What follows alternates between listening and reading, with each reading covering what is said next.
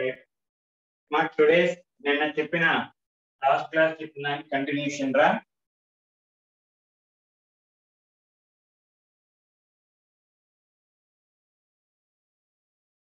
Previous class లో మనం discuss చేసుకుంది types of solutions and methods of expressing the concentration. మనకి ఇవాళ మనం నేర్చుకునేది ఏంటంటే సాల్యుబిలిటీ అమ్మ. Solubility and the factors affecting the solubility and the factors affecting the solubility. Sir, అందులో ఫస్ట్ వన్ అమ్మా, అందులో first one solids in liquids రా. సాలిడ్స్ ఇన్ లిక్విడ్స్ అమ్మా, solids in liquids. So whenever solid is dissolved in liquid, examples వచ్చేటప్పటికల్లా NaCl in water, NaCl in water, glucose in water ఇవన్నీ రా. Sir, what are the factors that affecting the solubility? అందులో first one అమ్మా, first one nature of solute and solvent. Nature of solute and solvent amma. Solute solvent యొక్క nature మీద ఎలా depend అయింది sir? Ionic compounds రా. Ionic compounds అంటే NaCl అలాంటివమ్మా.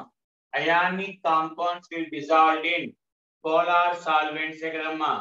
Like dissolves in like అని ionic compound will dissolve in polar solvents. Similarly, covalent compounds. Similarly, covalent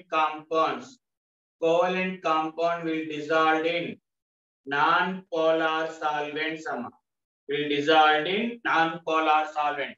Ionic వచ్చి polar లో కరుగుతాయి, కోవలెంట్ వచ్చి నాన్ పోలార్. మరి సార్ ఇక్కడ ఏదో గ్లూకోజ్ అని చెప్పాను కదా, గ్లూకోజ్ అనేది కోవలెంట్ కాంపౌండ్ అమ్మా. గ్లూకోజ్ అనేది కోవలెంట్. మరి కోవలెంట్ అంటే దేంట్లో కరగాలి? నాన్ పోలార్ లో కరగాలి. మరి sir glucose dissolved in water polar లో కరిగిందిరా. అదేంటి సార్ అంటే జాగ్రత్త.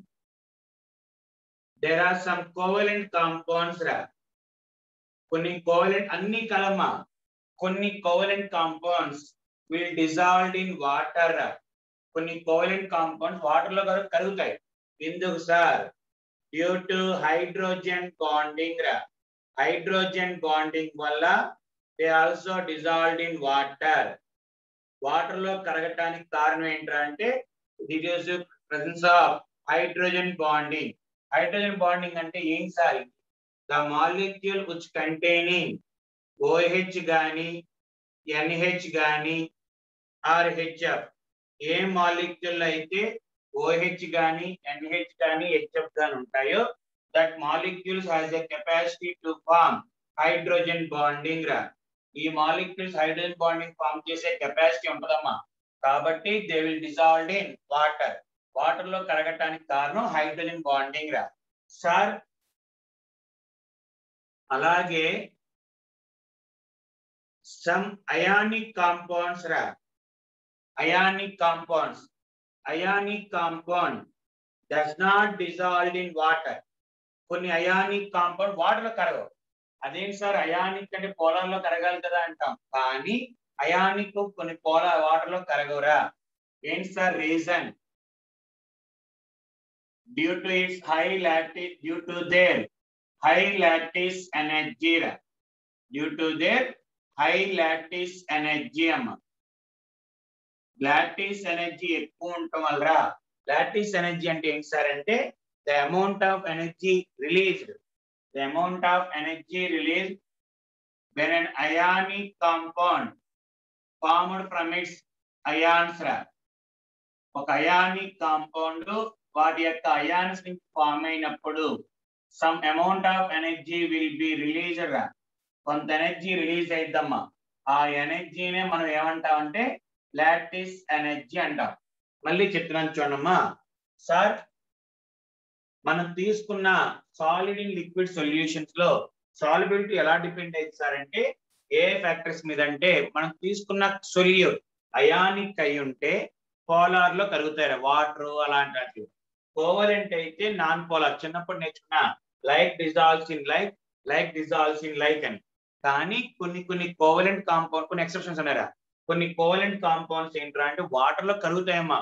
దో దే ఆర్ కోవలెంట్, అవి కోవలెంట్ అయినా సరే వాటర్ లో కరగటానికి కారణం because of formation of hydrogen bonding అమ్మా.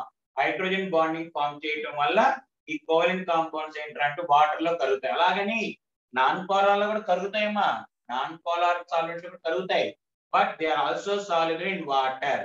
అలాగని కొన్ని అయానిక్ కాంపౌండ్స్ ఏంటంటే వాటర్ లో కరగవరా. ఎందుకురా అంటే లాటిస్ ఎనర్జీ ఎక్కువ. లాటిస్ ఎనర్జీ అంటే ఏంటి? The amount of energy released when an ionic compound formed from its ions. వాటి యొక్క అయాన్స్ నుంచి ఒక అయానిక్ కాంపౌండ్ ఫామ్ అయినప్పుడు లిబరేట్ అయిన ఎనర్జీ రా, అది ఎంత ఎక్కువ ఉంటే అంత మోర్ స్టేబుల్ రా. లాటిస్ ఎనర్జీ పెరిగే కొద్దీ మనకి stability of the compound increases. Stability of the compound పెరిగింది అంటే ఆటోమేటిక్ గా మనకి ఏంట్రా, సాల్యుబిలిటీ తగ్గిపోయిద్దమ్మా, సాల్యుబిలిటీ తగ్గిద్ది. ఇది ఒక రీజన్ రా. నెక్స్ట్ సెకండ్ ఫ్యాక్టర్ ప్రెషర్ అమ్మ. ప్రెషర్ సార్, మనం ప్రెషర్ ఎంత పెంచినా, మనకి ఎంత ప్రెషర్ పెంచినా సాలిడ్స్ మీద ఎలాంటి ఎఫెక్ట్ ఉండదురా. ప్రెషర్ హ్యాస్ నో ఎఫెక్ట్ అమ్మా. కాబట్టి సాలిడ్స్ కాబట్టి ప్రెషర్ హ్యాస్ నో ఎఫెక్ట్ అంటారమ్మా. ఎఫెక్ట్ ఏమి ఉండదురా. కానీ sir at very high pressure, very high pressure దగ్గర అయితే మాత్రం సాల్యుబిలిటీ ఇంక్రీజెస్ రా. నార్మల్ గా అయితే సాల్యుబిలిటీ ప్రెషర్ ఎఫెక్ట్ ఏమి ఉండదంటారమ్మా. కానీ చాలా ఎక్కువ ప్రెషర్ పెట్టినప్పుడు కొంచెం సాల్యుబిలిటీ పెరిగిద్ది అంటారమ్మా. కానీ ఇది మనం పట్టించుకోకూడదు. జనరల్ అడిగినప్పుడు పర్టికులర్ గా వెరీ హై ప్రెషర్ అన్నప్పుడే తీసుకోవాలి, నార్మల్ ప్రెషర్ అన్నప్పుడు తీసుకోకూడదమ్మా. రైట్. నెక్స్ట్ మూడోదిరా ఎఫెక్ట్ ఆఫ్ టెంపరేచర్ అమ్మా.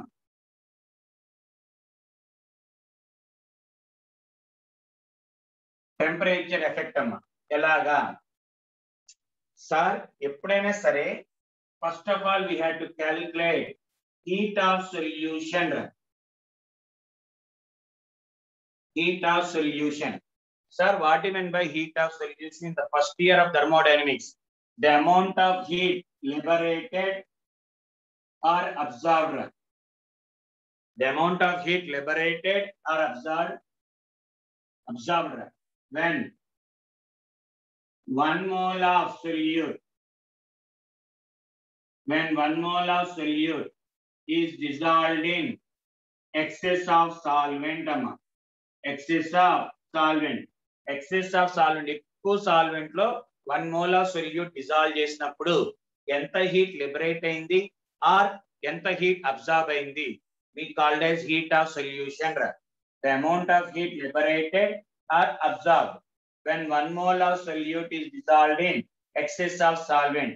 excess of solvent లో డిజాల్వ్ చేసినప్పుడు ఎంత హీట్ లిబరేట్ అయింది, ఎంత హీట్ అబ్జార్బ్ అయింది, we called as heat of solution అంటారమ్మా.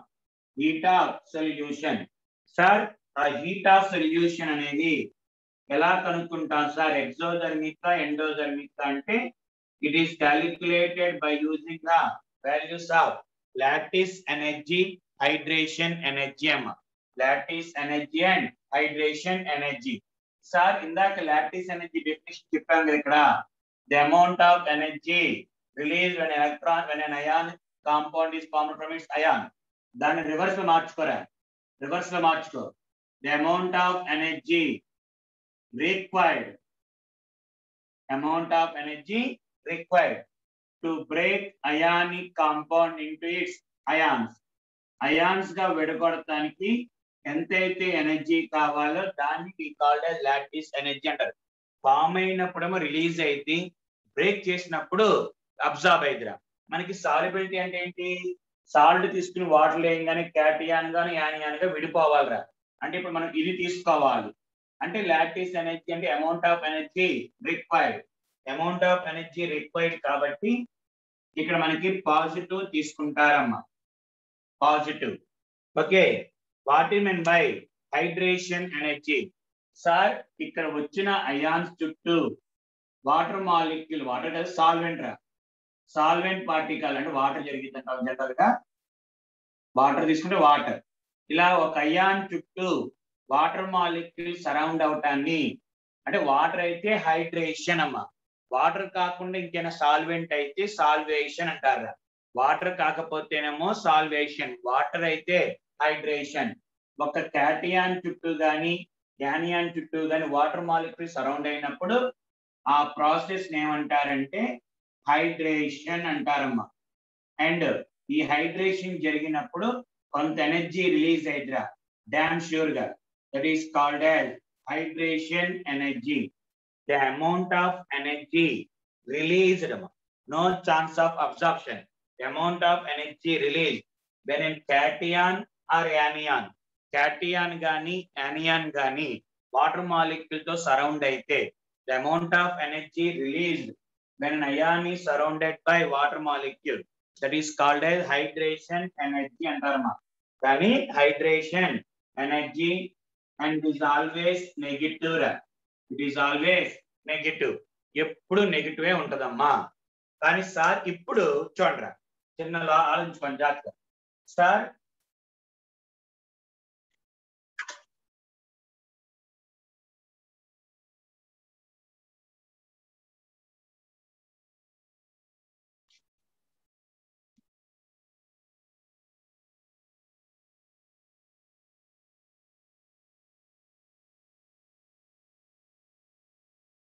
if lattice energy is greater than hydration energy, మీరే ఆలోచించుకోవచ్చు. Lattice energy greater than hydration energy అంటే దెన్ అర్థం ఏంట్రా?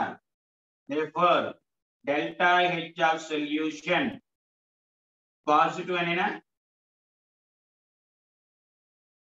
మా lattice energy greater than hydration plus ఇది మైనస్ రా, అంటే ఇది ఎక్కువ ఉందంటే ఓవరాల్ వాల్యూ ప్లస్. మా డెల్టా హెచ్ ప్లస్ అంటే అది ఏంట్రా? ఎండోధర్మిక్ ఏనా?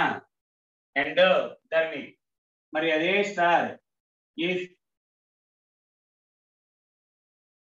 if lattice energy is less than hydration energy, then delta H of solution is equal to positive and negative or negative. Heat of solution negative. Negative అంటే ఏంటమ్మా? Exothermic రా. ఏంట్రా? Exothermic. ఇప్పుడు sir temperature ఎలా చెప్తాం sir? Temperature గురించి ఎలా చెప్తాం? మా డెల్టా హెచ్ అంటే ఒక రియాక్షన్ ఎక్సోథర్మిక్ గా ఎండోథర్మిక్ అని తెలిసిపోయింది కదా. మరి sir temperature effect according to Le Chatelier రా, according to Le Chatelier principal,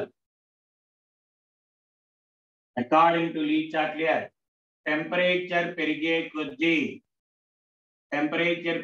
కొద్దీ endothermic reaction favours. Endothermic reaction బాగా జరిగిద్దిరా.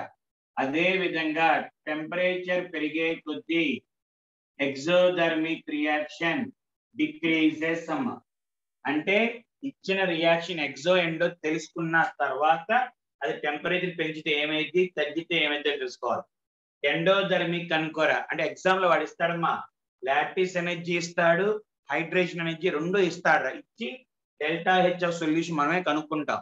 కనుక్కున్నాక అది ఎండ్ పాజిటివా నెగిటివ్ చూసుకుంటాం. సార్ పాజిటివ్ వచ్చింది, సార్ పాజిటివ్ వచ్చింది అంటే లీచార్ట్ల ప్రిన్సిపల్ ప్రకారం ఎండోథర్మిక్ బాగా జరగాలి అంటే టెంపరేచర్ పెంచాలమ్మా. So sir as temperature increases reaction అంటే సాల్యుబిలిటీ ఇంక్రీజెస్ అంటారమ్మా. Solubility increases. సో ఎండోథర్మిక్ కి టెంపరేచర్ పెరిగే కొద్దీ సాల్యుబిలిటీ పెరిగిద్దా? టెంపరేచర్ పెంచే కొద్దీ ఎక్సోథర్మిక్ రియాక్షన్ తగ్గిద్ది కాబట్టి అంటే ఎక్సోథర్మిక్ రియాక్షన్స్ కి సాల్యుబిలిటీ తగ్గిద్ది అంటారమ్మా. సో వాడు ఎగ్జామ్ లో ఎలా అడుగుతాడు సార్ అంటే లాటిస్ ఎనర్జీ ఇస్తాడు, హైడ్రేషన్ ఎనర్జీ ఇస్తాడు. దాని నుంచి మనం డెల్టా హెచ్ ఆఫ్ సొల్యూషన్ మనం కనుక్కున్నాక సార్ వచ్చిన వాల్యూ బట్టి వాడు అడుగుతాడు what is the effect of temperature అని. సో ఎండోథర్మిక్ అయితే టెంపరేచర్ పెరిగే కొద్ది రియాక్షన్ బాగా జరిగింది కాబట్టి సాల్యుబిలిటీ బాగా జరిగింది అంటే ఇంక్రీజెస్. ఇది ఇక్కడ. కానీ సార్ కొన్ని సాల్ట్స్ ఉన్నాయా, కొన్ని సాల్ట్స్ ఉన్నాయమ్మా. Let us take Na2SO4 dot 10H2O లేదా Na2CO3 డాట్ 10H2O. అలాంటి సాల్ట్స్ కి ఏంట్రా అంటే ఇవి కాకుండా ఒకటి రెండు ఉన్నాయమ్మా. ఇవి కాకుండా మిగతా వాటికి టెంపరేచర్ పెంచితే సాల్యుబిలిటీ పెరిగిద్ది లేదా తగ్గిద్ది. బట్ ఈ సాల్ట్ ఇలాంటి టైప్ ఆఫ్ సాల్ట్స్ కి ఏంట్రా అంటే sir first of all temperature పెరిగే కొద్దీ సాల్యుబిలిటీ పెరిగింది ఆఫ్టర్ రీచింగ్ సర్టెన్ టెంపరేచర్. ఒక టెంపరేచర్ రీచ్ అయిన తర్వాత అంటే సాల్ట్ బట్రా సర్టెన్ టెంపరేచర్ రీచ్ అయిన తర్వాత అండ్ దెన్ సాల్యుబిలిటీ తగ్గిద్దిరా. మిగతా వాటికి అయితే పెరిగితే పెరిగిద్ది తగ్గితే తగ్గిద్ది. కానీ Na2SO4 ఒకటి ఇంకా ఉన్నాయి సాల్ట్స్ కొన్ని. అలాంటి సాల్ట్స్ కి ఏంటంటే అంటే టెంపరేచర్ పెరిగే కొద్దీ సాల్యుబిలిటీ ఫస్ట్ అది మీ ఇష్టం అంటే depends upon the nature. Temperature పెంచే కొద్దీ తగ్గి తర్వాత పెరగచ్చు లేదా పెరిగి తర్వాత తగ్గచ్చు. ఎందుకు సార్ అంటే డిపెండ్స్ అపాన్ ది ఈ యొక్క స్ట్రక్చర్ మారిపోయిద్దిరా due to the difference in the crystal lattice. ఆ క్రిస్టల్ అంటే ఆ స్ట్రక్చర్ మారిపోయింది. అప్పుడు దాకా 10H2 ఉండాల్సల్లా ఒక టెంపరేచర్ దాటిన తర్వాత Na2SO4 డాట్ 5H2O కానీ 6H2O 1H2O అసలు H2O లేకుండా అంటే వాటి యొక్క క్రిస్టల్ స్ట్రక్చర్స్ మారిపోవటం వల్ల వాటి యొక్క సాల్యుబిలిటీ పెరిగి తగ్గిద్ది లేదా తగ్గి పెరిగిద్దమ్మా. It is the effect of what are the factors effect the solubility in liquids. Solubility of solids in liquids లో మనకి ఎఫెక్ట్ అయ్యేది ఇదమ్మా. సో ఒక్కసారి చూడండి మళ్ళీ. అయానిక్ అయితే పోలార్, కోవలెంట్ అయితే నాన్ పోలార్ ఎక్సెప్షన్స్. అలాగే ప్రెషర్ కి అయితే నో ఎఫెక్ట్ అమ్మా. టెంపరేచర్ పరంగా లెక్కేసుకుంటే సార్ మనం డెల్టా హెచ్ ఆఫ్ సొల్యూషన్ కనుక్కోవాలిరా. డెల్టా హెచ్ ఆఫ్ సొల్యూషన్ ఎలా కనుక్కుంటామంటే ఈ రెండు వాల్యూస్ వాడు ఇస్తాడమ్మా. ఆ రెండు వాల్యూస్ ఇస్తాడు. ఇచ్చిన దాన్ని బట్టి కనుక్కున్నాక సార్ పాజిటివ్ వస్తే ఎండోథర్మిక్ అనే ఐడియా రావాలి. ఎండోథర్మిక్ కి టెంపరేచర్ పెరిగే కొద్ది పెరిగిద్ది కాబట్టి సాల్యుబిలిటీ పెరిగిద్ది అనుకోవాలి. అదే డెల్టా హెచ్ నెగిటివ్ వచ్చింది అంటే ఎక్సో అని ఐడియా రావాలి. ఎక్సో కాబట్టి టెంపరేచర్ పెంచే కొద్ది ఎక్సో తగ్గింది. ఎక్సో తగ్గింది అంటే ఆ రియాక్షన్ తగ్గింది అంటే సాల్యుబిలిటీ తగ్గింది అని చెప్తారమ్మా. ఒకసారి చూసుకోండి చిన్న.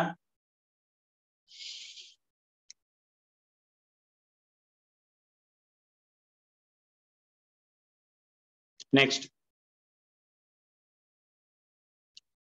అమ్మా.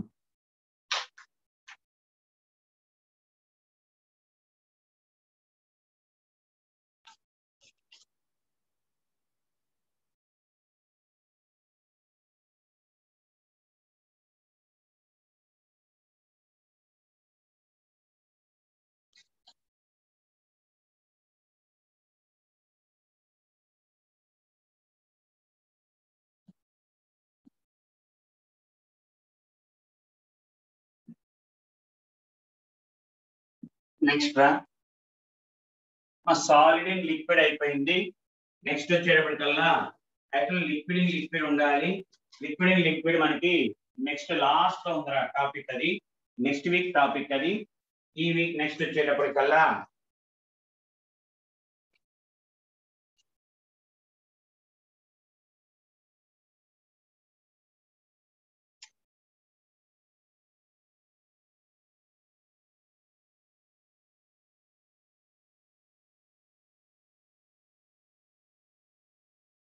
gases in liquids. Gases in liquids. Sir, gases in liquids అంటే CO2 in water, CO2 in water లేదా O2 in water, dissolved oxygen, right? అలాగే చాలా ఉంటాయమ్మా. Right sir, what are the factors? అందులో ఫస్ట్ వన్ వచ్చేటప్పటికల్లా సేమ్ నేచర్ ఆఫ్ గ్యాస్. మనం తీసుకున్న gas అలాగే లిక్విడ్. మనం తీసుకున్న గ్యాస్ అండ్ లిక్విడ్. సార్ అంటే పర్టికులర్ గా చెప్పలేం కదమ్మా. ద గ్యాసెస్, ఏ గ్యాసెస్ అయితే which reacts with solvent, అంటే వాటర్ ఎంచుకున్నాం మనం, జనరల్ వాటర్ ఎంచుకున్నారా, which reacts with water, ఏ గ్యాసెస్ అయితే which reacts with water, water తో ఏవైతే రియాక్ట్ అవుతాయో అవన్నీ మోర్ సాల్యుబుల్ అంటారమ్మా. మోర్ సాల్యుబుల్, ఎక్కువ కరుగుతాయని చెప్తాడు. అంటే మనకి సార్ ఎలాగంటే గుర్తుంచుకోవాలి, ఇంకా CO2 వాటర్, వాటర్ లో డిజాల్వ్ చేస్తే it converts to carbonic acid, carbonic acid. అలాగే HCl గ్యాస్ ని వాటర్ లో డిజాల్వ్ చేసామనుకో అమ్మా, it reacts with water to give H3O plus Cl minus, Cl minus. Ammonia ఉందనుకో అమ్మా, ammonia dissolved in water, we get ammonium hydroxide, we get ammonium hydroxide. అంటే ఏ gases అయితే solvent react అవుతాయో అవన్నీ ఎక్కువ కరుగుతాయమ్మా. అదే సార్ ఏ గ్యాసెస్ అయితే which does not react with solvent, does not react with water, water తో రియాక్ట్ అవ్వకపోతే they are less soluble అంటారమ్మా. they are less soluble. React అయితే మనకి ఎలా తెలుస్తుంది అంటే గుర్తుంచుకోవటమేనమ్మా. we have to remember, right? example, O2 in water, O2 in water very very less react avora. N2 in water react avadamma. అందుకే నేను చూసుకున్నారు మీరు DO value 1 ppm 2 ppm అని ఉంటుంది. 1 gram present in 1 ppm 2 ppm. Water కి DO value మంచి water అయితే 3 ppm అని ppm లో చెప్తారా, 1 to 3 ppm అని చెప్తా ఉంటారు. అంటే చాలా తక్కువ కరిగిద్ది అని. సో ఏ గ్యాసెస్ అయితే వాటర్ తో ఎక్కువ రియాక్ట్ అవుతాయో అవి మోర్ సాల్యుబుల్. అలాగే దేంతో వాటర్ తో రియాక్ట్ అవ్వకపోతే less soluble. Next second factor వచ్చేటప్పటికల్లా టెంపరేచర్. సెకండ్ ఫ్యాక్టర్ వచ్చేటప్పటికల్లా టెంపరేచర్. సార్ టెంపరేచర్ రా అమ్మా, ఇంకా నువ్వు ఆలోచించదురా. Heat of solution, heat of solution అంటే or dissolution of gas in water. Heat of solution ఎప్పుడు ఎక్సోథర్మిక్ రా. మా సాలిడ్ ని వాటర్ లో డిజాల్వ్ చేసినప్పుడు అది ఎక్సోథర్మిక్ అవ్వచ్చు, ఎండో. కానీ గ్యాస్ ని వాటర్ లో డిజాల్వ్ చేసావా, dissolution of gas in water is always exothermic. Endothermic అంటూ ఎక్కడ ఉండదురా, డెఫినెట్ గా ఎక్సోథర్మిక్ ఏమా. మరి ఇంకా ఆటోమేటిక్ నువ్వు చెప్పగలవు, ఇంకా ఏం చెప్పగలం సార్? టెంపరేచర్ పెరిగే కొద్దీ ఎక్సోథర్మిక్ కాబట్టి సాల్యుబిలిటీ ఏమైందమ్మా, డిక్రీజెస్. సాల్యుబిలిటీ డిక్రీజెస్ రా మా, నో ఎక్సెప్షన్ రా. రైట్, ఇది మనకి నెక్స్ట్ రా. ఇది అమ్మా pressure. Pressure, what is the effect of pressure? Pressure ఎలా చెప్తాం సార్ అంటే, యాజ్ ప్రెషర్ ఇంక్రీజెస్, ప్రెషర్ పెరిగే కొద్దీ సాల్యుబిలిటీ ఆల్సో ఇంక్రీజెస్ రా.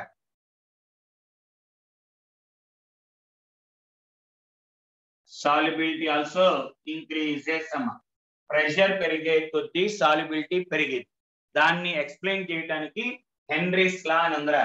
వాట్ ఈస్ ద అంటే ఎంత ఎలా ఎఫెక్ట్ అయింది, హెన్రీస్ లా అని ఉందమ్మా. అది ఇప్పుడు ఎక్స్ప్లెయిన్ చేస్తాను. సో 3 రకాల మర్చోండి. అక్కడేమో ప్రెషర్ హాస్ నో ఎఫెక్ట్, ఇక్కడ ప్రెషర్ పెంచే కొద్దీ సాల్యుబిలిటీ పెరిగింది. టెంపరేచర్ అక్కడ సాలిడ్ ఇన్ లిక్విడ్ లో exothermic or endothermic, but no chance of endo, it's always ఎక్సోరా, ఎప్పుడు ఎక్సోనే ఉంటది. అలాగే గ్యాసెస్. ఇప్పుడు ఈ హెన్రీస్ లా చెప్తాను, చూసుకున్నాం ఒక్క నిమిషం.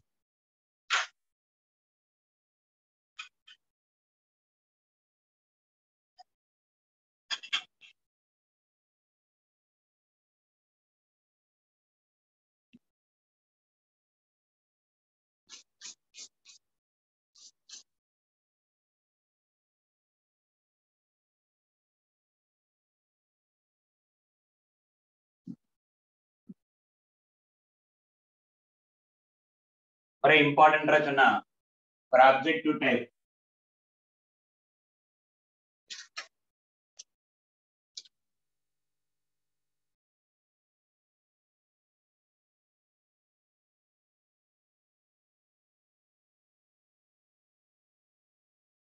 Henry's law. Sir, what do you mean by Henry's law? And in Japan, as pressure increases, solubility also increases. The amount of gas, mass, and amount and weight, the amount of gas is directly proportional to pressure applied. Amount of gas is directly proportional to pressure applied. నువ్వు ఎంత pressure పెడితే అంత mass అంటే amount of gas dissolve అయింది అంటారమ్మా. దాన్ని మనం m is equal to some k into p అని పెడతారమ్మా. k into p, amount of gas directly proportional to p, some constant రా. ఏంటది some constant, Henry's constant కాదు, constant. బట్ దాన్ని modify చేసి ఇది ఎప్పుడు వాడుతారా సమ్స్ లో మనం మాడిఫై చేసి ఏం చెప్తారంటే the partial pressure of the gas, the partial pressure exerted by the gas is directly proportional to solubility అంటారమ్మా. is directly proportional to solubility.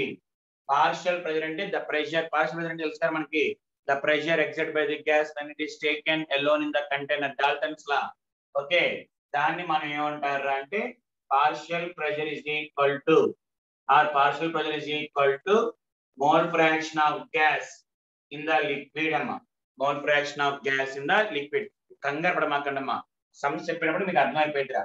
ఇది ఊరినే ఫార్ములా, ఇది మనకి ఒరిజినల్ ఫార్ములా ఇదమ్మా. Partial pressure that is equal to, partial pressure is equal to Henry's constant into mole fraction of gas అమ్మా. Mole fraction of gas అంటే solute అని. దాన్ని మనం ఎలా రాసుకోవచ్చు, partial pressure is equal to KH into number of moles of solute అంటే gas రా. Number of moles of solute అని చెప్పాను కదమ్మా. Number of moles of solute plus number of moles of solvent. Gas ఇది లిక్విడ్ రా. For simplicity, for simple calculations కోసం, అంటే calculation ఈజీగా ఉండటం కోసం we will neglect the number of moles of solute in the denominator. Denominator లో neglect చేసుకోవచ్చు అమ్మా. therefore we get ns by n naught అమ్మా. సో ఇది మనకి మెయిన్ ఫార్ములా రా. సార్ నిన్న మీరు మోల్ ఫ్రాక్షన్ ఆఫ్ సొల్యూట్ అంటే ఒక ఫార్ములా చెప్పాం. మోల్ ఫ్రాక్షన్ ఆఫ్ సొల్యూట్ అంటే mole fraction of solute is equal to molality by molality plus 1000 by gram molecular weight of solvent అని చెప్పారు కదా సార్ లాస్ట్ ఫార్ములా. దాన్ని అప్లై చేసుకో. So partial pressure is equal to KH, Henry's constant, into molality by molality plus 1000 by gram molecular weight of solvent. gram molecular weight of solvent. ఇది ఒక formula ఉపయోగిస్తారమ్మా. ఇది ఈ రెండు రా. ఇది చెప్పటానికే వాడతారు కానమ్మా, ఫార్ములా సమ్ చేయడానికి వాడరు. మనకు వాడే సమ్ చేయడానికి ఫార్ములా ఇదొకటి, ఇదొకటి. అండ్ సార్ చెప్పేటప్పుడు ఆ సమ్స్ కూడా రా జాగ్రత్తగా based on the units given. మనకి క్వశ్చన్ లో ఉన్న యూనిట్స్ బట్టి మారుతా ఉంటది. రైట్, చూడండి సమ్స్ చెప్తాను 5 రా. రైట్, క్వశ్చన్ రాసుకోండి అమ్మా, ఆన్ పేపర్ రాసుకోండి రా. 2 క్వశ్చన్స్ చెప్తాను, ఆ 2 క్వశ్చన్స్ రాసుకుంటే కానీ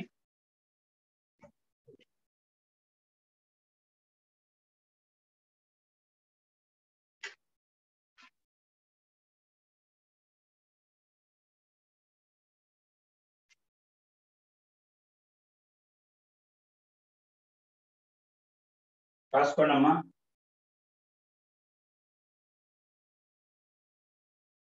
O2 గ్యాస్ మీరు రాసుకోండి డేటా మొత్తం మీరు. O2 gas is bubbled through, bubbled అంటే పాస్ అని, is bubbled BUBBLED. O2 gas is bubbled through water at 293 Kelvin. At 293 Kelvin. Comma the partial pressure exerted by O2 gas, the partial pressure exerted by O2 gas is 0.98 bar. 0.98 bar. Calculate solubility. Calculate solubility of O2. Calculate solubility of O2 in gram per liter. Calculate solubility of O2 in grams per liter. Given KH is equal to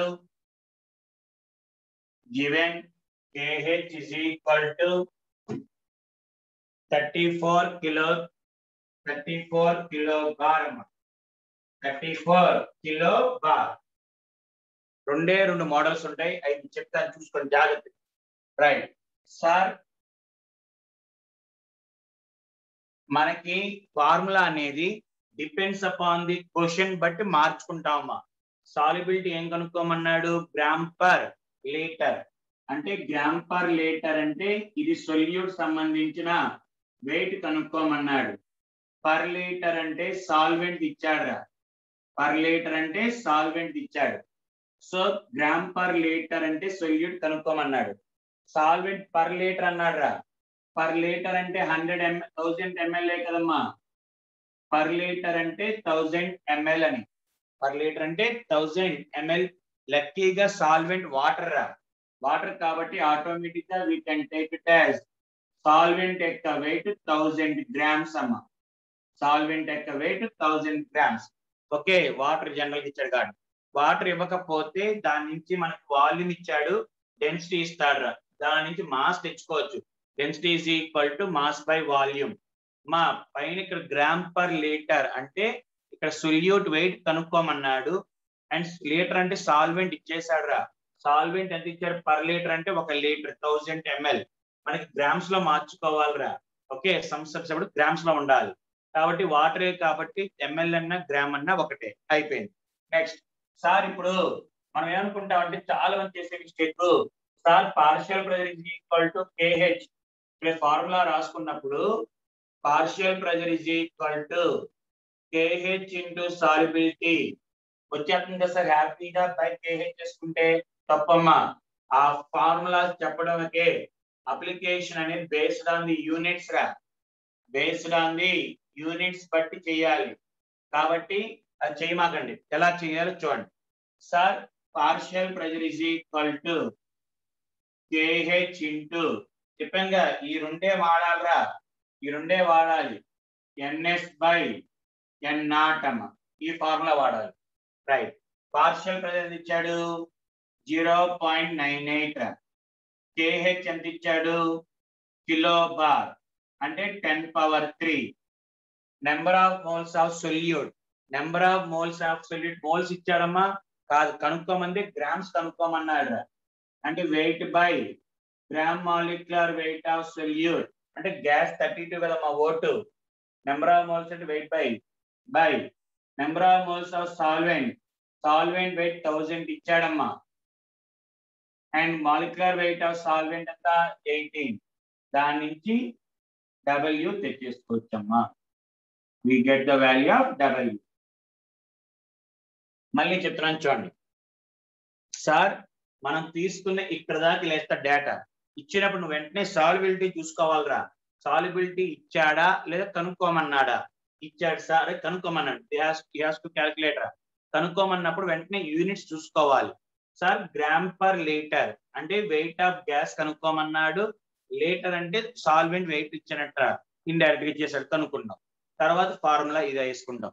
అంటే moles పరంగా కానీ wait పరంగా అయితే ఇది, molarity పరంగా అయితే ఈ formula వాడాలి. అందుకని జస్ట్ చెప్పడం వరకేరా. కానీ మెయిన్ ఫార్ములాస్ ఇదొకటి, టిక్ పెట్టినమా. టిక్ పెట్టిన 2 ఫార్ములాస్ వాడతాం మనం. ఒకసారి చూసుకోండి రా. నెక్స్ట్ నెక్స్ట్ అమ్మా సెకండ్ సమ్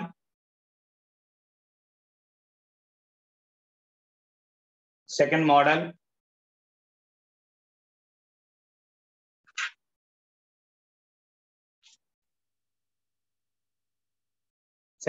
రా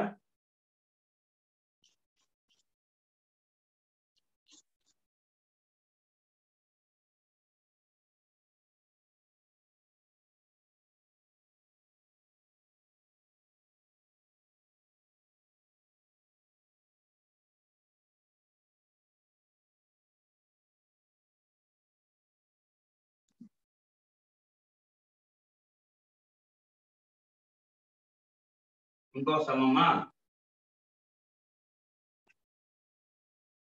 the solubility of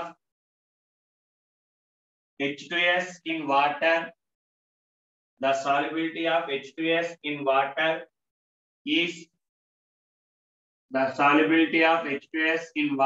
is 0.195 mole per kg at STP.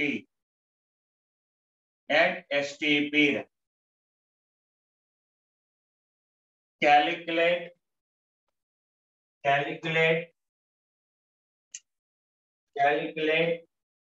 Henry's constant. The solubility of H2S gas is 0.195 mole per kg at STP. Calculate KH. Calculate KH. Sir ఎప్పుడైనా సరే solubility చూసుకోవాలి. Solubility ఇచ్చాడు right sir. Solubility పైన ఏంట్రా సొల్యూటేగా, పైన solute అంటే gas, ఇక్కడ ఏంటమ్మా సాల్వెంట్ ఇచ్చాడు. ఇక్కడ ఏం ఇచ్చాడురా సాల్వెంట్. సార్ మనకి మోల్స్ పరంగా కానీ మొలాలిటీ పరంగా కానీ చేయొచ్చు. ఓకే, మోల్స్ పరంగా కానీ మొలాలిటీ పరంగా. మా 0.195 మోల్స్ పర్ కేజీ అంటే మొలాలిటీ రా. మొలాలిటీ యొక్క యూనిట్స్ మోల్స్ పర్ కేజీ అమ్మా. 0.195 మోల్స్ పర్ కేజీ అంటే మొలాలిటీ.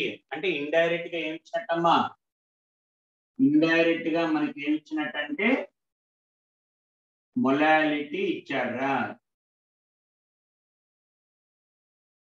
ఇండైరెక్ట్ గా ఏమి ఇచ్చినట్టమ్మా మొలాలిటీ.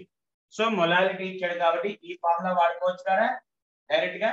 సో పార్షియల్ ప్రెజర్ అంటే ఏమోలా ప్రెజర్ ఎస్టీ కంటే ప్రెజర్ 1 atmosphere అంతేరా. ప్రెజర్ ఎంతమ్మా 1 atmosphere. సో మనం వాడాల్సిన formula partial pressure is equal to KH into molality by. Sir కింద ఉన్న మొలాలిటీ వదిలేసుకోవచ్చు డినామినేటర్ లో, లేదంటే చేయొచ్చు gram molecular weight of solvent. Partial pressure 1, KH తెలియదు, మొలాలిటీ 0.195 by 1000 by మరి సాల్వెంట్ ఇచ్చాడా. ఒరే ఏం చెప్పలేదు అంటే వాటర్ అనమ్మా సాల్వెంట్. H2S అనేది గ్యాస్ రోయ్, H2S అనేది సొల్యూట్, H2S అనేది సొల్యూట్ కాబట్టి మన సాల్వెంట్ వాటర్ చెప్పకపోతే వాటర్ రా కాబట్టి ఆటోమేటిక్ గా ఇది. ఓకేనమ్మా. లేదు సార్ నాకు ఈ ఫార్ములా గుర్తులేదు, నాకు గుర్తున్న ఫార్ములా ఇది ఒక్కటే సార్, ఇది స్ట్రైక్ అవ్వాలా, ఇది మనం చేస్తాం కదా NS/NS+NR. అదైతే ఎలా sir, partial pressure is equal to KH into number of moles of solute by number of moles of solvent. Partial pressure 1, KH తెలీదు, నెంబర్ ఆఫ్ ఏం చెప్పానమ్మా ఇది సొల్యూటేగా అంటే అదే చూడు నీకు 195 బై సాల్వెంట్ అంటే ఇది కదా. సాల్వెంట్ ఎంత ఇచ్చాడు మా కేజీ, మన నెంబర్ ఆఫ్ మోల్స్ అంటే weight by gram molecular weight of water 18. రెండు ఒకటే వస్తాయమ్మా. అంటే నీకు ఐడియా వస్తే ఓకేరా, వెల్ అండ్ గుడ్. రాకపోతే మన ఫార్ములా బేసిక్ ఫార్ములా గుర్తుందిగా, ఆ ఫార్ములా ప్రకారం చేయొచ్చమ్మా. ఇది రైట్. నెక్స్ట్ అమ్మా కొన్ని లిమిటేషన్స్ కొన్ని టర్మ్స్ ఉన్నాయిరా, అవి ఎక్స్ప్లెయిన్ చేస్తాను చూడండి. హెన్రీస్ లాలో కొన్ని టర్మ్స్ ఉన్నాయి, అవి ఎక్స్ప్లెయిన్ చేస్తాను. రైట్.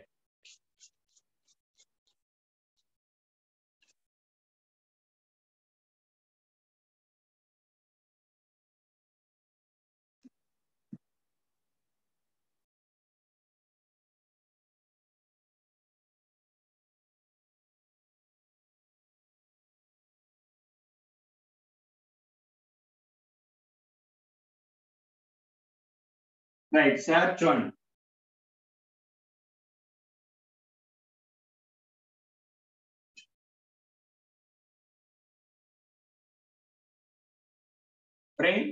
ఇప్పుడు ఇది వాడదామే, ఈ ఫార్ములాస్ వాడదాం, ఈ రెండు ఫార్ములాస్ వాడదాం. What is the relation between solubility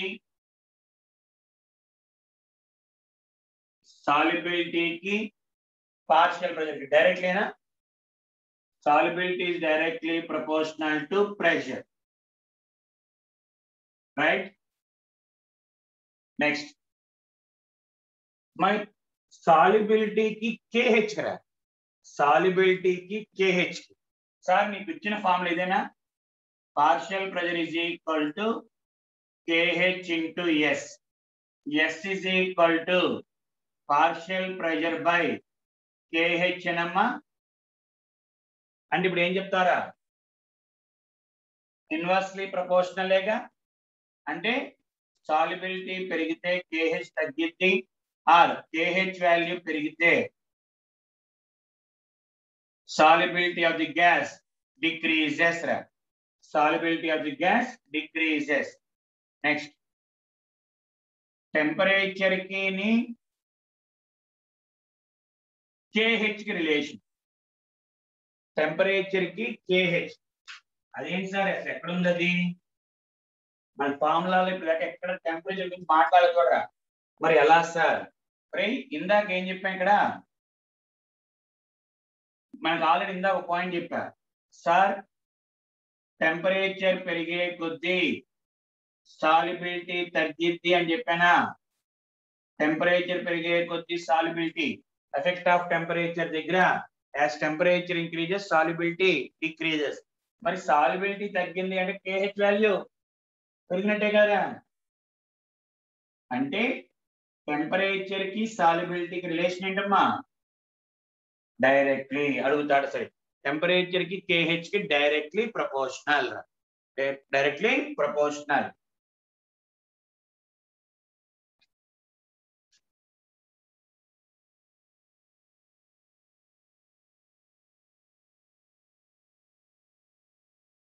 మా మోల్ ఫ్రాక్షన్ అన్న సాల్యుబిలిటీ అన్న ఒకటే కదా. మోల్ ఫ్రాక్షన్ అన్న సాల్యుబిలిటీ అన్న తీసుకోవచ్చు, లేదా ఎస్ అని రాసుకో. రిలేషన్ ఏంటో ఇదేనా? పార్షియల్ ప్రెషర్ పెరిగే కొద్దీ సాల్యుబిలిటీ పెరిగింది, ఆర్ మోల్ ఫ్రాక్షన్ ఏదైనా ఒకటేనా, right? Next,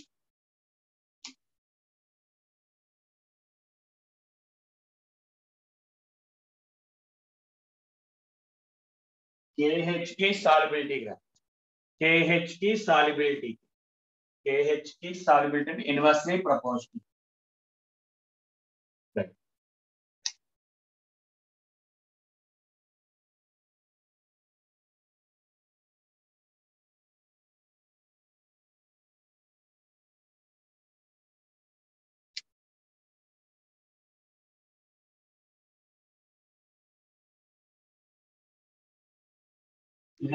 Graph.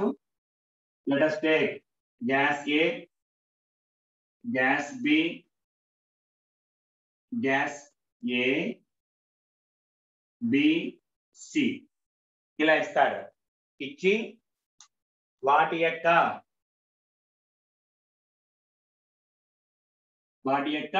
KH values అడుగుతాడమ్మా. ఏ గ్యాస్ ఎక్కువ, ఏ గ్యాస్ తక్కువ అని. అంటే ఎలా సార్ మనకి? అప్పుడు ఏం చేయాలి సార్? KH కి సాల్యుబిలిటీకి రిలేషన్ ఉందిరా. KH కి సాల్యుబిలిటీ అంటే సాల్యుబిలిటీ పెరిగే కొద్దా తగ్గే కొద్ది చూసుకోవాలి అన్నప్పుడు ఇది కాన్స్టెంట్ గా పెట్టుకోండి రా. ఇది ప్రెజర్ కాన్స్టెంట్ పెట్టుకోరా. ప్రెషర్ కాన్స్టెంట్ పెట్టు. అంటే ఇప్పుడు ఇదేనమ్మా, ఇది గ్యాస్ సికి,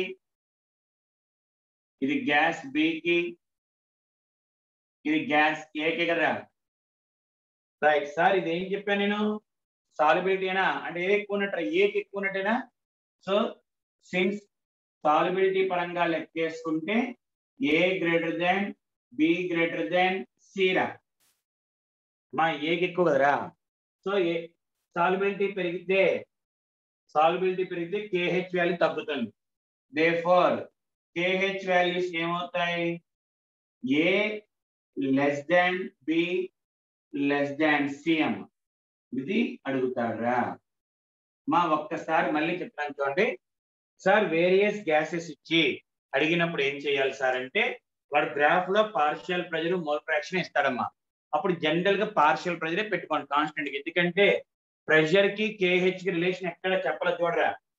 ప్రెషర్ కి KH కి రిలేషన్ ఎక్కడ జనరల్ గా చెప్పలే మనం, అంటే చెప్పమని ఓన్లీ సాల్యుబిలిటీకి చెప్తారా. సో పార్షియల్ కాన్స్టెంట్ గా పెట్టుకుంటాం, ఆటోమేటిక్ గా సాల్యుబిలిటీస్ వచ్చేస్తారా. సో గ్రాఫ్ ప్రకారం సి తక్కువ, బికి కొంచెం, ఏకి ఇంకా ఎక్కువ. So solubility A greater than B greater than C. Automatic గా KH వాల్యూస్ రివర్స్ అవుతాయమ్మా. KH వాల్యూస్ రివర్స్ అవుతాయి. చూసుకోండి అమ్మా ఒక్కసారి. నెక్స్ట్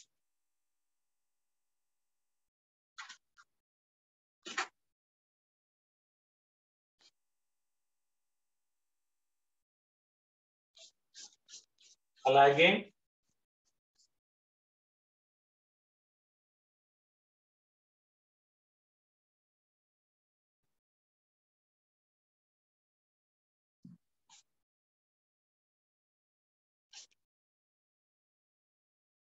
అలాగేరా. నెక్స్ట్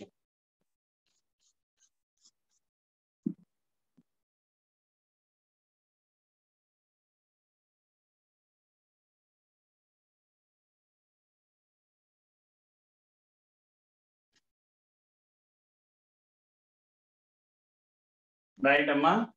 నెక్స్ట్ వచ్చేటప్పటికల్లా లిమిటేషన్స్. ఈ హెన్రీస్ లా కి కొన్ని లిమిటేషన్స్ ఉంటాయమ్మా. హెన్రీస్ లా కి లిమిటేషన్స్ ఉంటాయి సార్. ఏంటవి అంటే హెన్రీస్ లా అప్లై చేయాలంటే కండిషన్,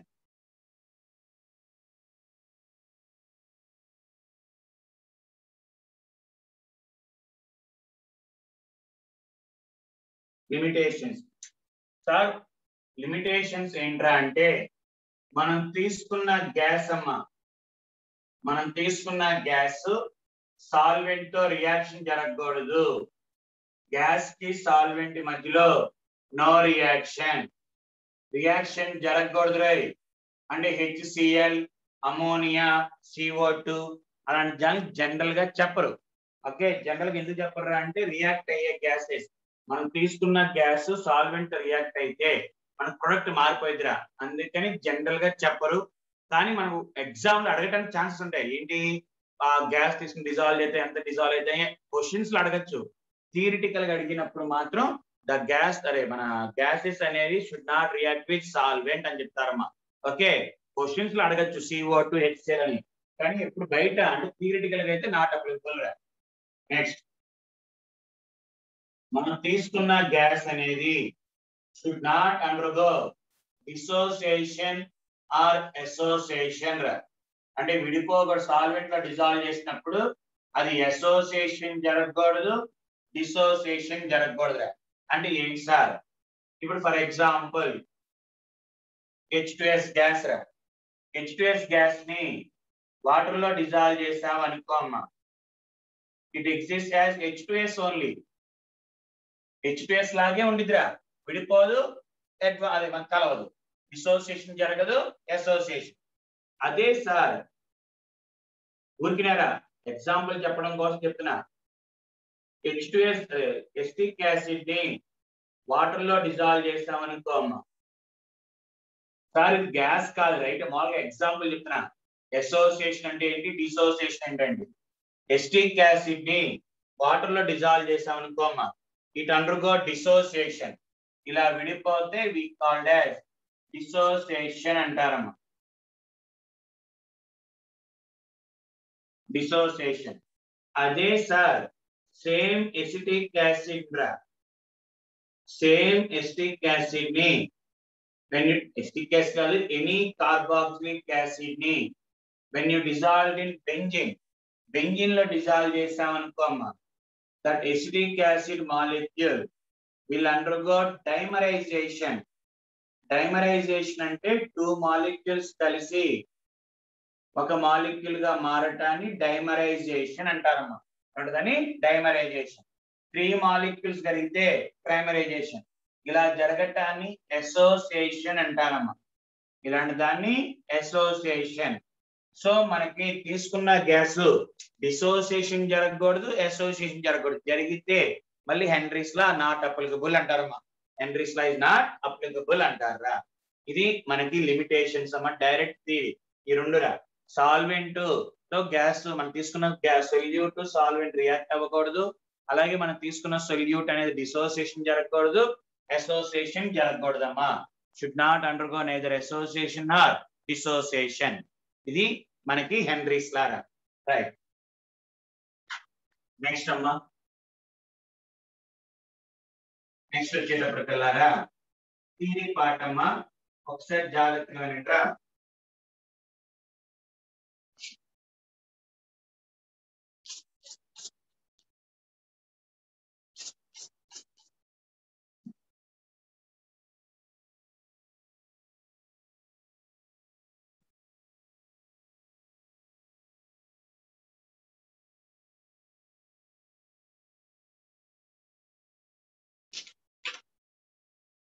వినండి అమ్మా జాగ్రత్తగా.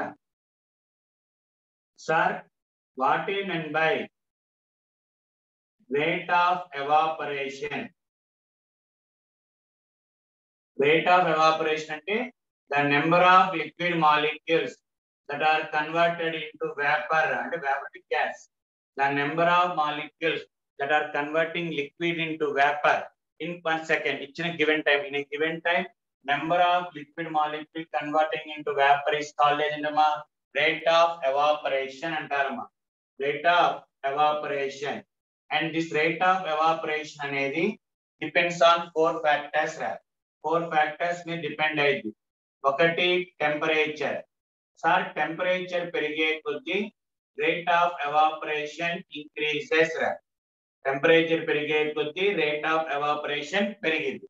అండ్ నేచర్ ఆఫ్ లిక్విడ్ రా. నేచర్ ఆఫ్ లిక్విడ్, మనం తీసుకున్న లిక్విడ్ యొక్క నేచర్ రా. Nature of liquid, nature of liquid అమ్మా. 1 minute అమ్మా, 1 minute.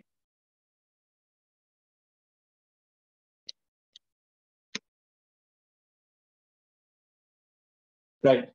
Nature of liquid. Nature of liquid అంటే ఇట్ విల్ హ్యావ్ 2 టైప్స్ రా.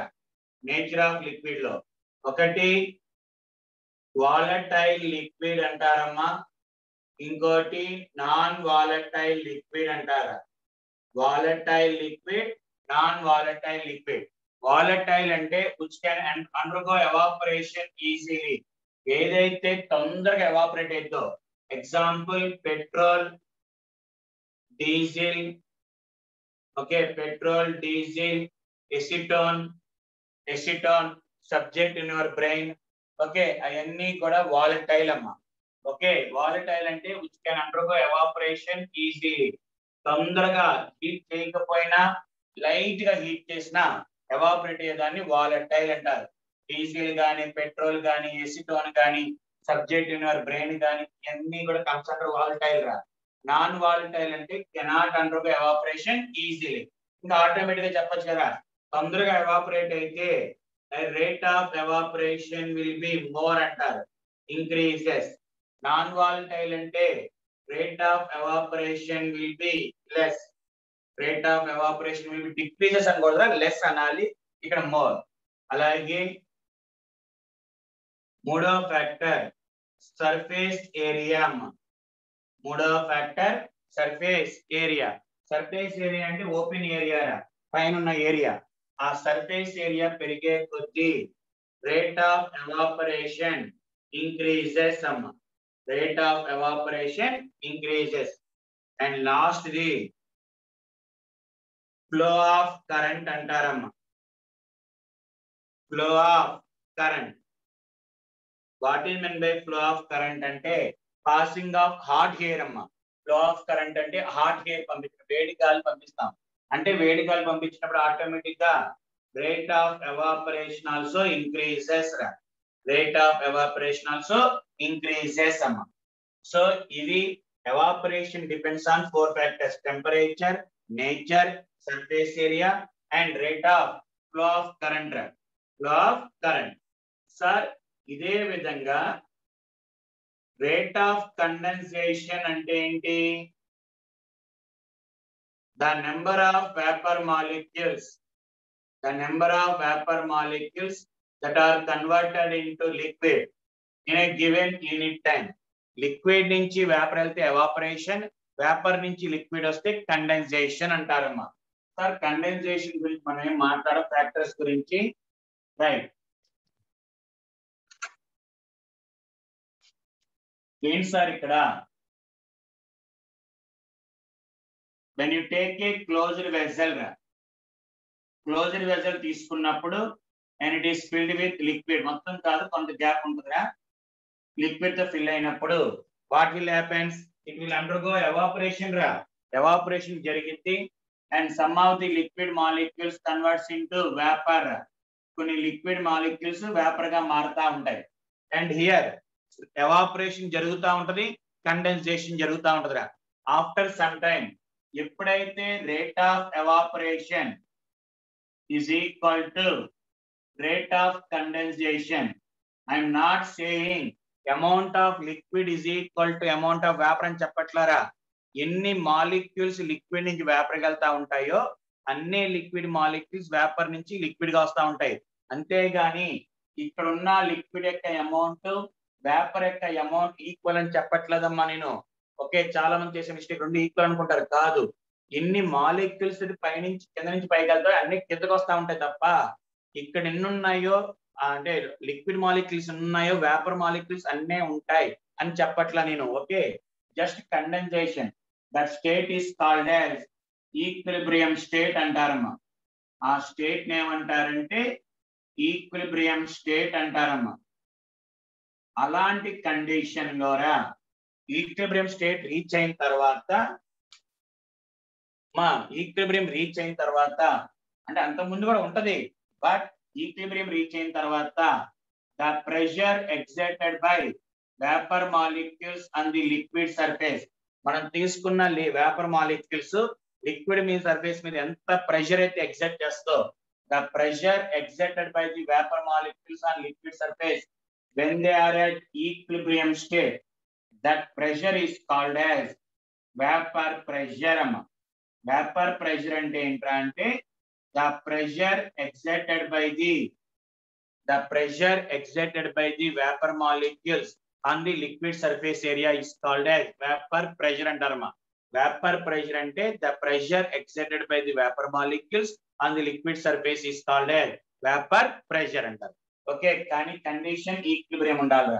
మరి సార్ ఈ వేపర్ ప్రెషర్ అనేది దేని మీద డిపెండ్ అయిద్రా అంటే ఫస్ట్ వన్ టెంపరేచర్ మీద డిపెండ్ అయిద్రా. Sir as temperature increases vapour pressure also increases రా. డైరెక్ట్ అమ్మా, టెంపరేచర్ పెరిగే కొద్దీ వేపర్ ప్రెషర్ పెరిగిద్ది. బట్ వాడు ఇలా రాస్తాడమ్మా పవర్ ఎక్స్ అని.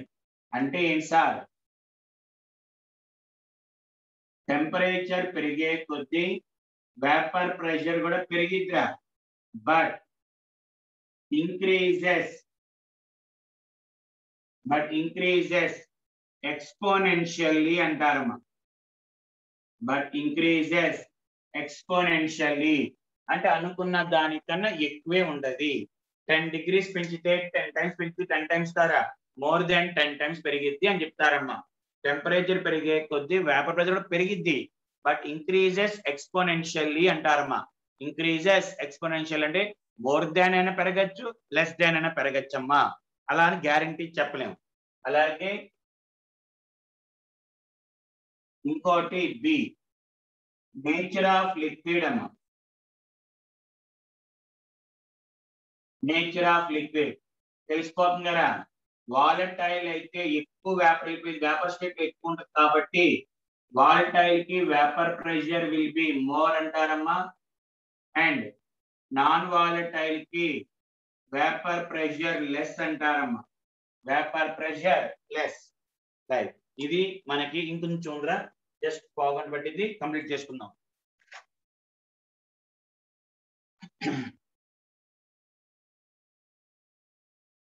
నెక్స్ట్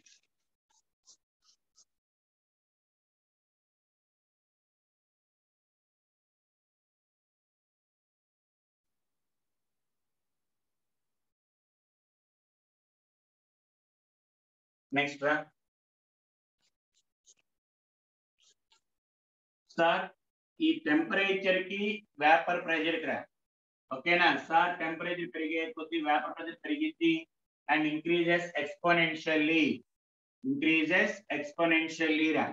అలా చెప్పింది ఎవరంటే మా రిలేషన్ బిట్వీన్ వేపర్ ప్రెషర్ కి టెంపరేచర్ కి చెప్పింది క్లాసియస్ క్లెప్రాన్ అనే సైంటిస్ట్ రా. క్లాసియస్ క్లెప్రాన్ అనే సైంటిస్ట్.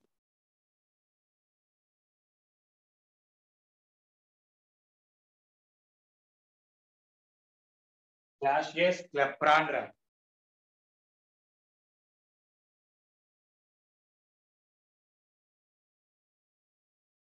క్లాసియస్ క్లెప్రాన్ అనే సైంటిస్ట్ చెప్పారమ్మా.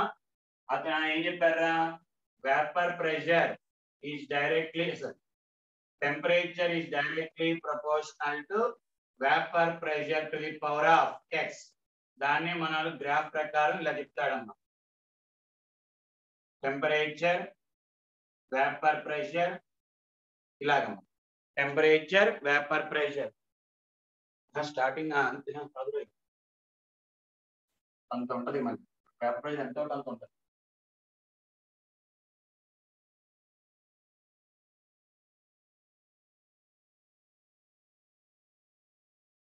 ఇలా అంటాడు.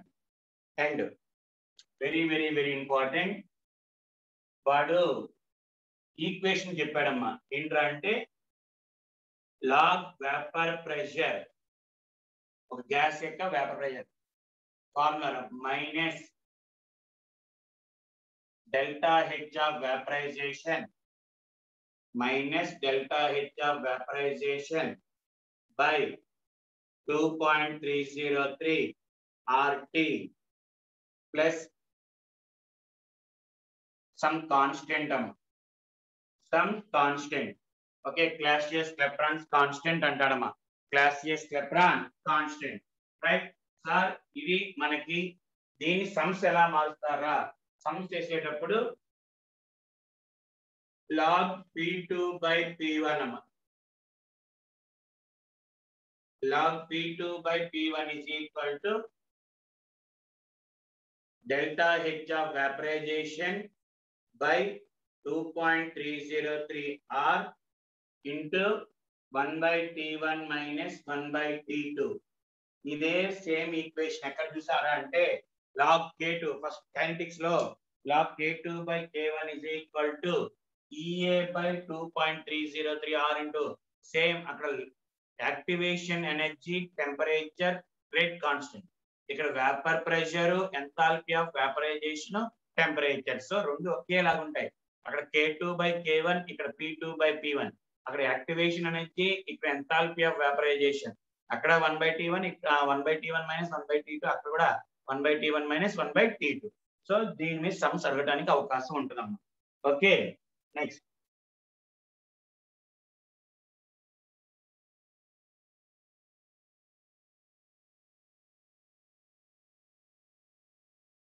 Boiling point. What you mean by boiling point? మన చిన్నప్పటి నుంచి నేర్చుకునేది ఏంటంటే సార్, ఏ టెంపరేచర్ దగ్గర అయితే లిక్విడ్ వేపర్ గా బాయిల్ అయిద్దో, ఏ టెంపరేచర్ దగ్గర మనం తీసుకున్న లిక్విడ్ బాయిల్ అయిద్దో దాన్ని బాయిలింగ్ పాయింట్ అంటాం సార్. వాటర్ కి బాయిలింగ్ పాయింట్ 100 degrees కదా సార్. ఏ టెంపరేచర్ దగ్గర అయితే మనం తీసుకున్న లిక్విడ్ బాయిల్ అంటే లిక్విడ్ నుంచి వేపర్ గా అవ్వటం అలా అంటారు. కానీ తప్పురా. ఏంట్రా అంటే the temperature at which, perfect definition అమ్మా, the temperature at which the vapour pressure of the liquid, మనం తీసుకున్న లిక్విడ్ యొక్క vapour pressure is equal to atmospheric pressure atmosphere లో ఎంత ప్రెషర్ అయితే ఉందో ఆ ప్రెషర్ కి ఎప్పుడైతే ఈక్వల్ అయితో అలా ఆ టెంపరేచర్ ఏమంటారంటే boiling point. The temperature at which the vapour pressure of the liquid is equal to atmospheric pressure. Atmospheric pressure కి ఎప్పుడైతే ఈక్వల్ అయిద్దో ఆ టెంపరేచర్ నే బాయిలింగ్ పాయింట్ అంటారమ్మా. ఇక్కడ జాగ్రత్త చూడండి.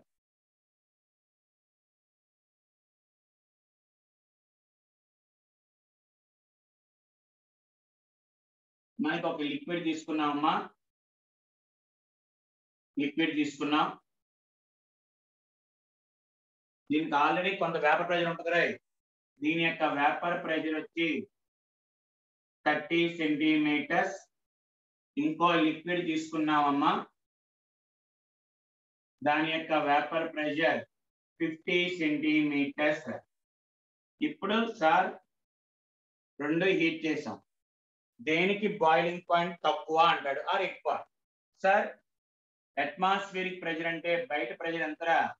అట్మాస్ఫియరిక్ ప్రెషర్ 1 అట్మాస్ఫియర్ 76 సెంటీమీటర్స్, ఇది కూడా 76 సెంటీమీటర్స్.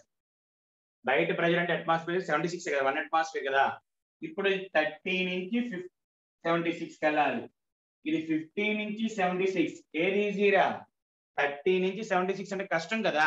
50 నుంచి 76 ఈజీగా అంటే తక్కువ సేపు హీట్ చేయాలి. లో boiling point, high boiling point రా. అంటే ఇప్పుడు నేను రాసే point sir, boiling point of the liquid, boiling point of the liquid is inversely proportional to vapor pressure of the liquid.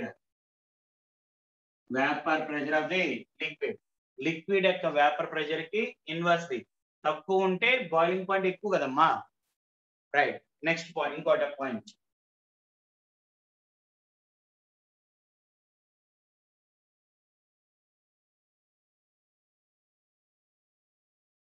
ఇప్పుడు రెండు లిక్విడ్ సేమ్ రా. దీని యొక్క వేపర్ ప్రెషర్ ఒక 30, దీని యొక్క వేపర్ ప్రెషర్ ఒక 30, రెండు సేమ్ అమ్మా, రెండు సేమే. బయట ప్రెషర్ మార్చారా? ఇక్కడ అట్మాస్ఫియరిక్ ప్రెషర్ 100 సెంటీమీటర్స్ పెట్టాం, బయట ప్రెషర్ అమ్మా ఇక్కడ ప్రెషర్ వచ్చి 76 సెంటీమీటర్స్ పెట్టారా. అప్పుడే సార్ ఇది ఈజీ కదమ్మా, ఇది డిఫికల్ట్. కాబట్టి ఎక్కువ టైం పట్టిదిరా, బాయిలింగ్ పాయింట్ పెరిగింది. అంటే boiling point of liquid is directly proportional to atmospheric pressure. Atmospheric pressure directly proportional to atmospheric pressure. Atmospheric pressure ki directly untadi. Atmospheric pressure ki endra directly. So ఈ రెండు points గుర్తుంచుకోవాలమ్మా. Liquid యొక్క pressure పెరిగే కొద్దీ, మనం తీసుకున్న liquid యొక్క pressure పెరిగే కొద్దీ బాయిలింగ్ పాయింట్ తగ్గిద్ది, బయట ప్రెషర్ పెరిగే కొద్దీ బాయిలింగ్ పాయింట్ పెరిగిద్ది అని అంటారమ్మా. రైట్. అలాగే సార్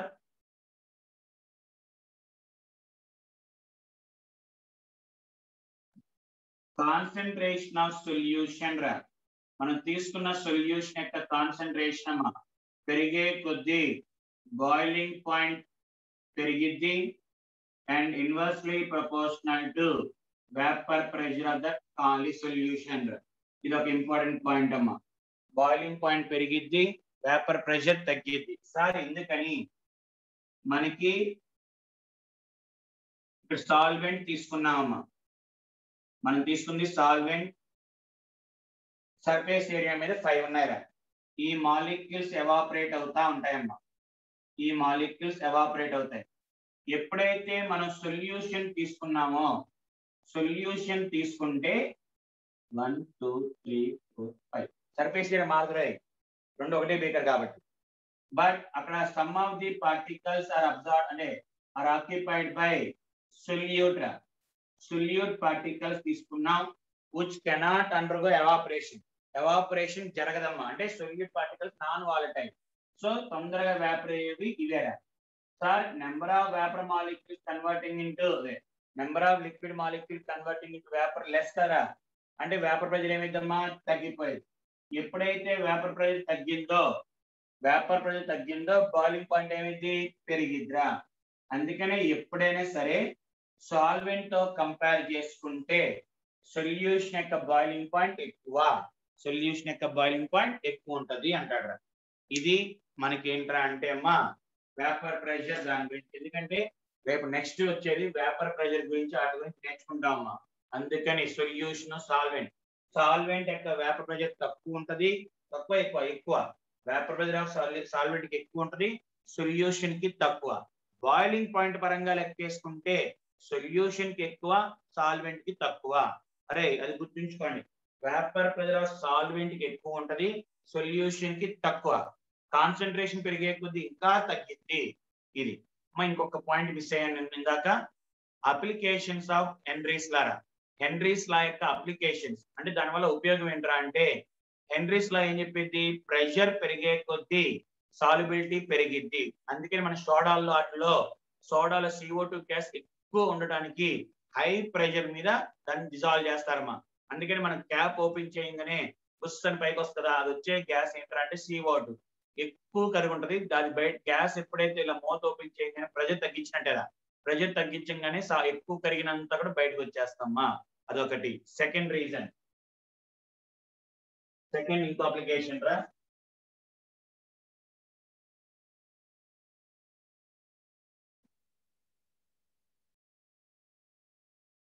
ఇంకో అప్లికేషన్ ఏంటంటే అమ్మా సార్ మనకి సముద్రంలోకి వెళ్తారు కదరా, సముద్రం లోపలికి వెళ్ళే వాళ్ళు వెనకాల సిలిండర్స్ పట్టుకెళ్తారు, ఆక్సిజన్ సిలిండర్స్ అంటారు. మా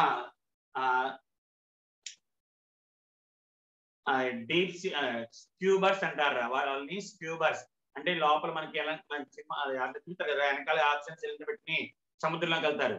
ఆ సముద్రం వెళ్ళేటప్పుడు లోపలికి వెళ్ళేటప్పుడు సిలిండర్స్ పట్టుకెళ్తారు, oxygen cylinder. Sir oxygen cylinder తో పాటు మనకి N2 గ్యాస్ కూడా ఉంటుందిరా. అదేంటి సార్ మనకి O2 చాలు కదా, N2 గ్యాస్ తీసుకుంటాం సార్ అంటే, మనకి కిందకి వెళ్ళే కొద్ది సముద్రంలోకి వెళ్ళే కొద్ది ప్రెషర్ పెరుగుతూ ఉంటుందిరా. ప్రెషర్ పెరిగేప్పటికి ఏంట్రా సాల్యుబిలిటీ పెరిగిపోయిందిగా, అందులో O2 గ్యాస్ ఏంట్రా అంటే కొంచెం ఎక్కువ కరిగిద్దమ్మా. అంటే కిందకి వెళ్ళే కొద్ది, అంతేగాని పైన కరగదు. రూమ్ టెంపరేచర్ పైన సర్ఫేస్ ఆఫ్ ది ఎర్త్ ఏముంటదిరా, మన కిందకి వెళ్ళే కొద్ది ప్రెషర్ పెరగటం వల్ల ఆక్సిజన్ కరిగిపోతుంది బ్లడ్ లో. మరి ఆక్సిజన్ కరిగిపోతే ఎలాగరా మనకి సప్లై ఉండదుగా. అందుకని ఏం చేస్తారు, పక్కన నైట్రోజన్ ఏం చేస్తారు అంటే ఆక్సిజన్ ని బ్లడ్ లో కలవకుండా చేస్తుంది, సాల్యుబిలిటీ తగ్గించిదిరా. అప్పుడు ఆక్సిజన్ ఫ్రీ ఆక్సిజన్ హ్యాపీగా లంగ్స్ కి వెళ్ళి, మళ్ళీ చెప్తున్నాను రా, ఎప్పుడైతే ప్రెషర్ పెరగగానే ఆక్సిజన్ కరిగిపోయింది, అలా కరగకుండా in order to make not soluble in blood, N2 gas will makes the oxygen mixture and oxygen and nitrogen mixture not soluble కరగకుండా చూసుకుంటుంది. అప్పుడు హ్యాపీగా ఆక్సిజన్ సప్లై అవుతుంది, మళ్ళీ పైకి వచ్చేస్తాం. కానీ సార్ ఇది వరకు సర్టెన్ లెవెల్ వరకు, కొంత లెవెల్. ఇంకా డెప్త్ కి వెళ్ళామనుకో అమ్మా, N2 గ్యాస్ కూడా మన బ్లడ్ లో కలిసిపోయింది. ఇంకా ప్రెషర్ పెరగడం వల్ల N2 కూడా కలిసిపోయింది, మన బ్లడ్ లో కలిసిపోయింది. సార్ మరి డ్రాబ్యాక్ ఉందా, డ్రాబ్యాక్ ఏంటంటే మళ్ళీ when you come to the original state, మళ్ళీ మనకి గ్రౌండ్ లో ఎర్త్ సర్ఫేస్ మీద వచ్చామనుకోరా, ఆల్రెడీ బ్లడ్ లో కలిసిన N2 గ్యాస్ మన బ్లడ్ లో ఆల్రెడీ కలిసిపోయి ఉంటుంది. ఎప్పుడైతే బయటికి రాగానే ప్రెషర్ తగ్గిపోయింది కదా, తగ్గంగానే ఈ నైట్రోజన్ గ్యాస్ బయటికి రాదు, మన స్కిన్ పైన ఇలా బబుల్స్ గా ఫామ్ అవుతాయిరా. స్కిన్ పైన ఇలా బబుల్స్ అంటే స్కిన్ పైన ఇలా బబుల్స్ గా ఫామ్ అవుతారా. ఇలా బబుల్స్ ఫామ్ అయిన దాన్ని we called as bends అంటారమ్మా. వాటిని ఏమంటారంటే బెండ్స్, పేరు మాట బెండ్స్ అంటారు. బెండ్స్ ఏంట్రా అంటే ఇందులో నైట్రోజన్ ఉండిపోయిందమ్మా, అది ఆక్సిజన్ కూడా ఉండిపోయింది కదా, అవి అన్ని దాంతో రియాక్ట్ అయ్యి it converts into poisonous compounds గా మారిపోయిందిరా. మరి స్కిన్ పైన పాయిజన్ ఉంటే ఏమైందిరా, కొన్ని రోజులు లీడ్స్ టు డెత్ అమ్మా. ఓకే తీసేయచ్చు, కానీ మనకి అంటే బొబ్బులు అంటే పెద్ద బొబ్బుల్లా కనపడదు, జస్ట్ చిన్నవి వస్తాయి, మనకు కనపడదు కంటికి, ఆ కంటికి కనపడవమ్మా. అవి కొన్ని రోజులకి పాయిజన్స్ గా మారిపోయి మనకి ఏంటిరా లీడ్స్ టు డెత్. కాబట్టి సార్ కొంత లెవెల్ వరకు బానే ఉంది, మరీ డెప్త్ కి వెళ్తే మరి ఎలాగా, అప్పుడు ఏం చేస్తారా అంటే నైట్రోజన్ ప్లస్ హీలియం కూడా తీసుకుంటారమ్మా. హీలియం తీసుకుంటే ఏంటి, నువ్వు ఎంత సముద్రం ఎండ్కి వెళ్ళిపోయినా సరే, కిందకి వచ్చేసినా సరే ఎక్కువ ప్రెషర్ ఉంటదిరా, ఉంటది. But helium does not make the remaining gas not dissolved in blood, మన బ్లడ్ లో కరగకుండా చేసుకుంటుంది. అందుకని మనకి స్క్యూబా డైవర్స్ అంటే సముద్రం లోపలికి వెళ్ళే వాళ్ళ మీద బాగా డెప్త్కి వెళ్ళేటప్పుడు ఆ సిలిండర్స్ మారతాయి, నైట్రోజన్, ఆక్సిజన్, హీలియం. అది కొంతవరకు వెళ్ళాలి అనుకుంటే నైట్రోజన్, ఆక్సిజన్ చాలమ్మా, ఇది ఒకటి. అలాగే కొండ పైన భూమి నుంచి కొండ పైకి వెళ్తాం, పైకి వెళ్ళే కొద్దీ ప్రెషర్ తగ్గిపోతా ఉంటది. పైకి వెళ్ళే కొద్ది మన హిమాలయాస్ పైకి వెళ్ళే కొద్ది ప్రెషర్ తగ్గిపోతుంది. మరి ప్రెషర్ తగ్గిపోయింది అనుకోరా, ప్రెషర్ ఎక్కువ ఉంటే ఎక్కువ ఆక్సిజన్ లోపలికి వెళ్తుంది అవునా. ప్రెషర్ తక్కువ ఉందనుకో సప్లై ఆఫ్ ఆక్సిజన్ తగ్గిపోయిందిరా. ఆక్సిజన్ సప్లై తగ్గిపోయింది అంటే ఆటోమేటిక్ గా మాలాంటి వాళ్ళకి ఏంట్రా అంటే, మీకు ఎఫెక్ట్ అవ్వదమ్మా, మీలాంటి వాళ్ళకి ఏం ఎఫెక్ట్ అవ్వదు. మాలాంటి వాళ్ళకి ఏంటంటే బ్రెయిన్ లో సప్లై ఆఫ్ ఆక్సిజన్ తగ్గిపోగానే థింకింగ్ ఎబిలిటీ తగ్గిపోయిందిరా. పవర్ అంటే ఎప్పుడైతే మనకు బ్లడ్ లో మన బ్రెయిన్ కి ఆక్సిజన్ సప్లై అంటే లంగ్స్ నుంచి వాటిలో బ్రెయిన్ కి ఎప్పుడైతే ఆక్సిజన్ సప్లై తగ్గిపోయిందో ఆటోమేటిక్ గా వాడి యొక్క థింకింగ్ పవర్ తగ్గిపోయిందిరా. అంటే మనం అంత ఎక్కువగా థింక్ చేయలేం. మీకు ఎఫెక్ట్ ఎందుకు అవుతుంది అంటే ఆప్షన్స్ ఆఫ్ బ్రెయిన్ కాబట్టి మనకి ఎఫెక్ట్ ఏం అవుతుంది, మీకు బ్రెయిన్ ఏం ఉండదు కాబట్టి పెద్ద ఎఫెక్ట్ అవుతుంది. మాలాంటి వాళ్ళకి ఏంటంటే బ్రెయిన్ ఉంటుంది కాబట్టి సప్లై ఆఫ్ ఆక్సిజన్ ఎప్పుడైతే తగ్గిపోయిందో ఆటోమేటిక్ గా థింకింగ్ పవర్ తగ్గిపోయింది. ఆ థింకింగ్ పవర్ తగ్గిపోవటానికి వచ్చిన డిసీజ్ ని ఎనాక్సిమా అంటారు. ANOXIMA ఎనాక్సిమా అంటారు. ఓకే, ఇది మనకి ఏంట్రా అంటే applications of henry Islam. Right, ఇప్పుడు ఒక్క 10 minutes బ్రేక్ తీసుకోండి, మళ్ళీ రండి. ఎందుకంటే నేను ఈ లోపల మీకు సమ్స్ స్కాన్ చేసి పెడతాను. అలాగే ఇప్పుడు చెప్పిన 1 minute అమ్మా.